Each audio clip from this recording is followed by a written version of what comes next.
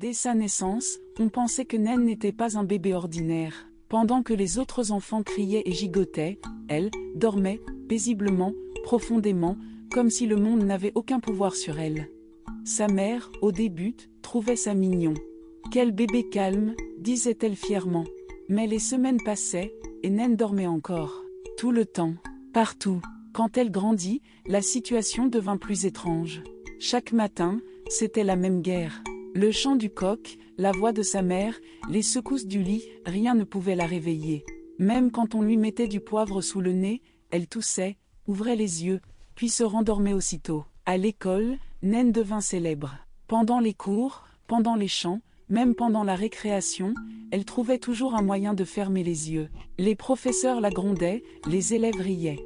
Un jour, la maîtresse cria « Tu dors encore, Naine ?» Et la petite répondit d'une voix douce « Non madame, je priais ». Toute la classe éclata de rire. Mais derrière les rires, il y avait l'inquiétude. Sa mère se demandait si sa fille n'était pas sous l'influence d'un esprit du sommeil. Les voisins parlaient, les tantes donnaient des conseils étranges. On disait que certaines personnes, dans leur famille, étaient liées au monde des rêves. Mais Naine, elle, ne voyait pas le problème. Pour elle, dormir, c'était sa paix. Le sommeil était son refuge, son meilleur ami. Quand on la réveillait, elle souriait et murmurait « Le monde est trop bruyant, laisse-moi encore 5 minutes. » 5 minutes, qui devenaient 1 heure. 1 heure, qui devenait une journée. Et sans qu'elle ne le sache, ce doux amour du sommeil allait devenir la racine de tous ses malheurs.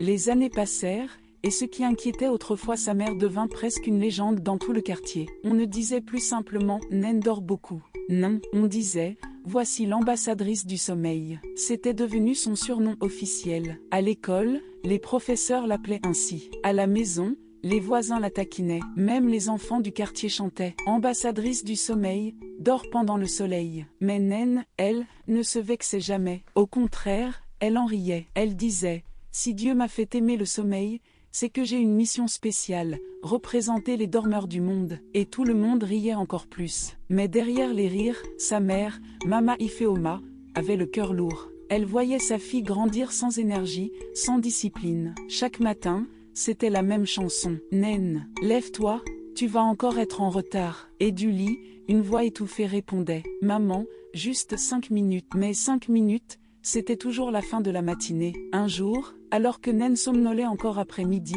sa mère entra dans la chambre, la regarda longuement et soupira. « Ma fille, comment vas-tu te marier ainsi? Quel mari supportera une femme qui dort tout le temps ?» Naine ouvrit un œil, esquissa un sourire et répondit d'une voix douce. « Maman, je n'épouserai qu'un homme patient, un homme humble, qui comprendra que le sommeil, c'est ma paix. » Sa mère secoua la tête, impuissante.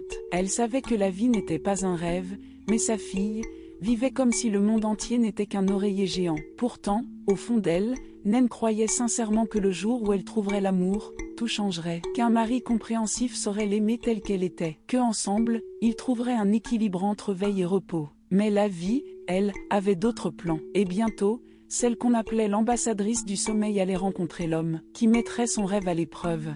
Un dimanche matin, sous un soleil calme et doré, Naine se rendit à l'église avec sa mère. Comme d'habitude, elle traînait les pieds, bâillait à chaque pas, et ne cessait de dire « Maman, j'espère que le sermon sera court aujourd'hui. » La chorale chanta, les fidèles dansaient, les tambours résonnaient, et au milieu de cette ferveur, Naine sentit ses paupières s'alourdir.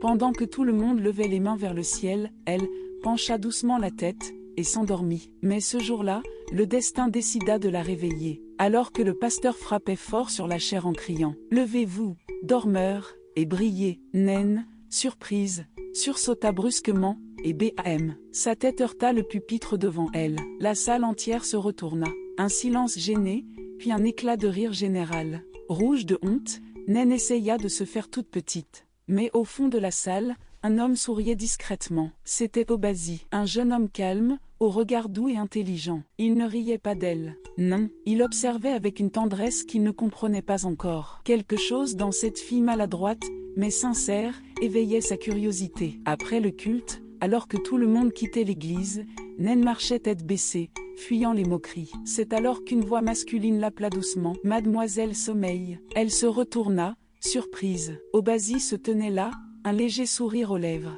Je voulais juste m'assurer que le pupitre va bien. Naine éclata de rire, et lui aussi. Ce fut le début d'une amitié étrange. Il apprit vite que Naine était une rêveuse dans tous les sens du terme. Elle oubliait les rendez-vous, arrivait en retard, parfois, s'endormait au téléphone. Mais malgré tout ça, Obasi resta. Il voyait au-delà de ses faiblesses. Il voyait son cœur, sa douceur, son innocence. Peu à peu, il tomba amoureux. Un amour silencieux, patient, presque déraisonnable. Il la voyait dormir sur un banc du parc et se disait « Si seulement elle pouvait se reposer dans ma vie, et non dans le monde. » Un soir, il lui prit la main et dit « Naine, je sais que tout le monde se moque de toi, mais moi, je vois autre chose. Je vois une femme de paix, pas de paresse. » Ces mots la touchèrent profondément. Pour la première fois, quelqu'un voyait en elle autre chose qu'une fille endormie. Quelques mois plus tard, Obasi fit sa demande. Une petite cérémonie, quelques invités, et une promesse simple. « Je t'aimerai,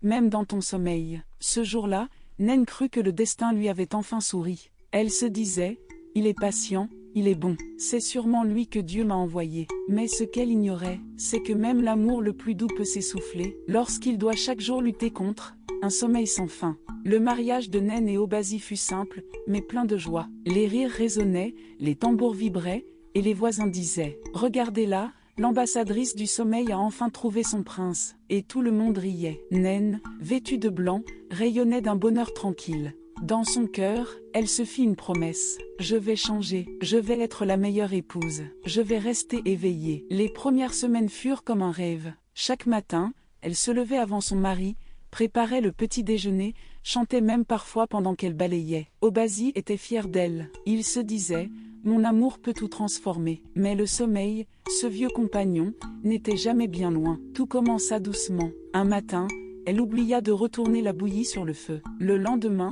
elle s'endormit en lavant les habits. Puis un jour, Obasi la trouva profondément endormie, debout, l'éponge encore à la main, devant un tas de vaisselle inachevée. Au début, il rit. C'était attendrissant. Il la porta jusqu'au lit et murmura « Repose-toi, ma belle dormeuse. » Mais les jours devinrent des semaines, et les siestes de Naine devinrent de véritables marathons de sommeil. Pendant qu'il partait au travail, elle dormait. Quand il rentrait, elle dormait encore.